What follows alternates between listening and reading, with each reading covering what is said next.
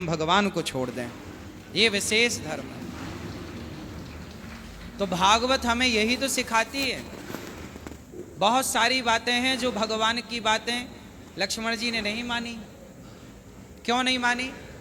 हमारे पूज्य गुरुदेव भगवान कथा में एक दिन बता रहे थे कि भगवान जो हैं, आचार्य चरण कहते हैं कि डांटने लगे भगवान को, तो भगवान संपत कुमार जी आकर के हृदय में गोद में बैठ गए। तो भगवान भक्तों के अधीन है, अहम भक्त पराधीन। भगवान भक्तों के अधीन होते हैं। इसलिए आप लोग समझिएगा कि भागवत श्रवण करने से हृदय में कौन प्रतिष्ठित होता है? धर्म प्रतिष्ठित होता है। कौन सा धर्म? गोपियों ने अपने भगवान के लिए पति को छोड़ा, पुत्र को छोड़ा, सब कुछ छोड़ा। किसके लिए?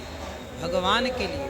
हम आपसे ये नहीं कहते कि आप सब कुछ छोड़ दो, लेकिन याद रखिएगा कि जीवन के आखिरी पड़ाव में ब्रह्मचर्य, गृहस्थ, वानप्रस्थ और सन्यास, ये जो 4 पड़ाव हैं, जीवन के आखिरी पड़ाव में सब कुछ छोड़कर एकमात्र भगवान की शरण में जाना ही समझदारी है। जीवन की 3 अवस्थाएं हैं, है ना? बाल्यकाल, युवावस्था, वृद्धावस्था, बाल्यावस्था, युवावस्था, वृद्धावस्था। ऐसी 3 हैं। सुबह, दोपहर, शाम।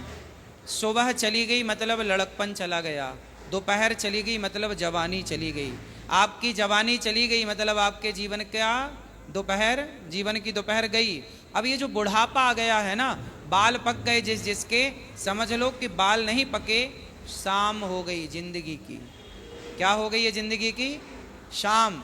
और सुनो, सुबह दोपहर को भले हम दीपक ना जलाएं चलेगा, पर शाम को संजीवेरा तो दीपक जलाना ही पड़े। बिना दिया बत्ती के गुजारा होए? शाम को दीपक जलाना ही पड़ता है। उसी प्रकार लड़कपन, जवानी बिना भजन के बीत गई तो चलो बीत गई, पर बुढ़ापा जिंदगी की शाम है। अब तो भक्ति का दिया जला लो, अब तो प्रेम का दिया जला लो। अब भी नहीं जला तो फिर मौका ही ना मिलेगा जलाने का। ऐसे महापुरुषों के माध्यम से हम सब भक्ति का दीपक जलाएं और अपने हृदय में धर्म की प्रतिष्ठा करें। धर्म क्या है? भरत जी ने राम से जो प्रेम किया, सब सर्वस्व त्यागा, भरत जी ने सब कुछ छोड़ दिया, पर भगवान के चरणार विंदों को नहीं छोड़ा। यही धर्म है। सब छूटे तो छूटे, पर भगवान ना छूटे, बस यही धर्म है। और सबसे बड़ी बात है शत्रुघ्न जी की, कि लक्ष्मण जी ने तो भगवान की सेवा की, पर शत्रुघ्न जी ने भक्त की सेवा की।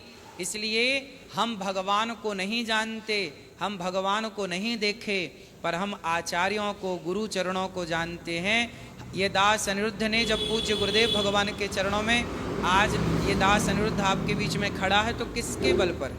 ये हमारे पूज्य गुरुदेव भगवान, जिन्होंने दास को शिक्षा दी, दीक्षा दी, पढ़ाया, लिखाया। हम तो गांव में खूब गैया चराते थे और गाय चराते थे, कुछ भी नहीं आता था, काखा गाघा का भी कुछ ज्ञान नहीं था। पर गुरुदेव की शरण में जब गए तो गुरुदेव ने अपने संस्कारों से, गुरुजी ने केवल पढ़ाकर नहीं सिखाया, गुरुजी का आचरण ऐसा था, गुरुजी का आचरण ऐसा था कि वो आचरण बहुत कुछ सिखाता था बिना कुछ पढ़ाए। उनको देख लो तो वो चलती फिरती लाइब्रेरी हैं, देख कर आप सीख सकते हैं उनके आचरण से।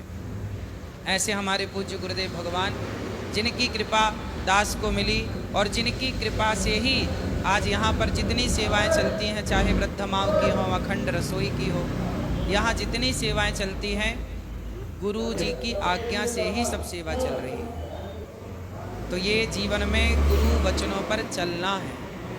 हमने अपने जीवन में क्या किया है? कुछ भी तो नहीं आया। वेद के 4 वाक्य हैं, मातृदेवो भव, पितृदेवो भव, अतिथि देवो भव, आचार्य देवो भव। हमने इससे ज़्यादा